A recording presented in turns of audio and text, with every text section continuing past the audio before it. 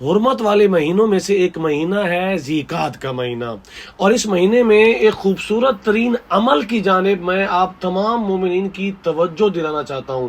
یہ وہ عمل ہے کہ رسول خدا صلی اللہ علیہ وآلہ وسلم فرماتے ہیں جو بندہ بھی یہ عمل کرے گا تو اس کی جب روح قبض ہو رہی ہوگی تو وہ آسانی کے ساتھ ہوگی۔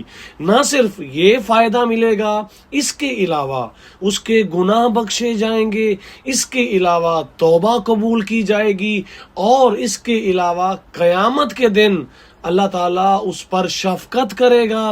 اس کے علاوہ اس کی موت ایمان پر ہوگی، اس کا دین سلامت رہے گا۔ یعنی کہ بہت زیادہ فوائد ہیں، اور یہاں تک روایت میں ملتا ہے کہ اس کی قبر بھی روشن کی جائے گی، یعنی کہ اس کی قبر جو ہے اس میں اندھیرا نہیں ہوگا۔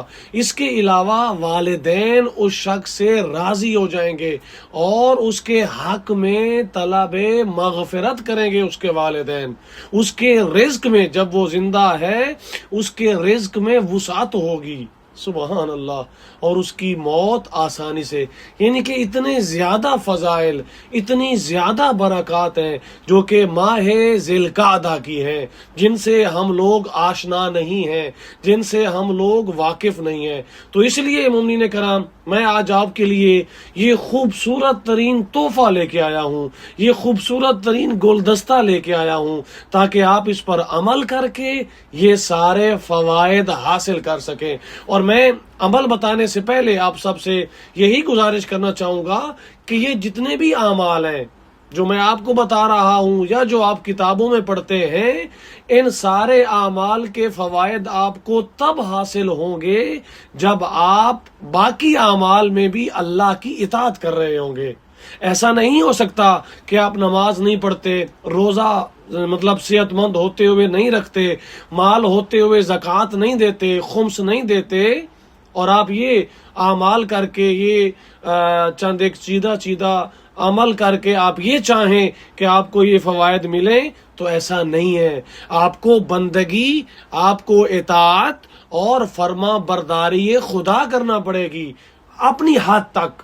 ایسا نہیں ہے، ہم انسان ہیں، خطا کار ہیں، لیکن کسی نہ کسی حد تک ہمیں واجبات کو ادا کرنا ہے، ہمیں محرمات سے بچنا ہے۔ اس کے بعد اگر ہم یہ والے اعمال کریں گے تو جو فوائد ہمیں بتائے جا رہے ہیں اس کے ہم حقدار ہوں گے انشاءاللہ۔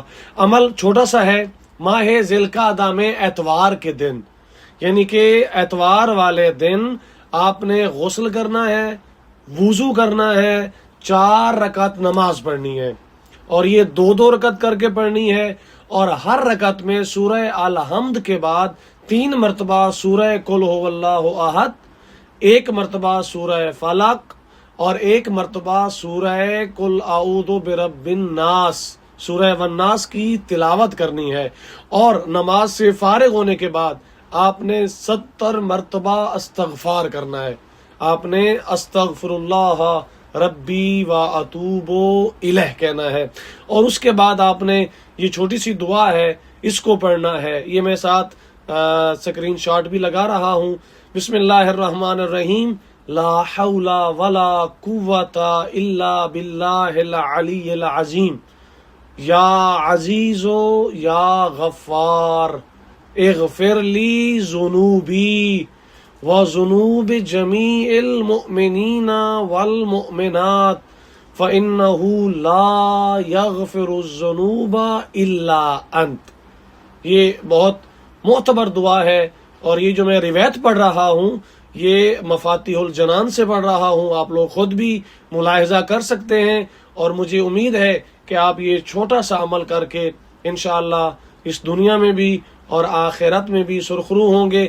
اور آپ سے گزارش یہی کرنا چاہوں گا، یہ خوبصورت ترین موتی ہے، اس کو لازمی شیئر کیجئے، اس کو اپنے دوستوں تک، رشتہ داروں تک، اہل و عیال تک، ہمسایوں تک، سب تک اس ویڈیو کو پہنچائیے، تاکہ وہ بھی اس ماہ مبارک کے ذی القعدہ کے جو فضائل ہیں، جو مناقب ہیں، ان کو حاصل کر سکیں۔ بہت شکریہ جی، بہت مہربانی، اللہ حافظ، اور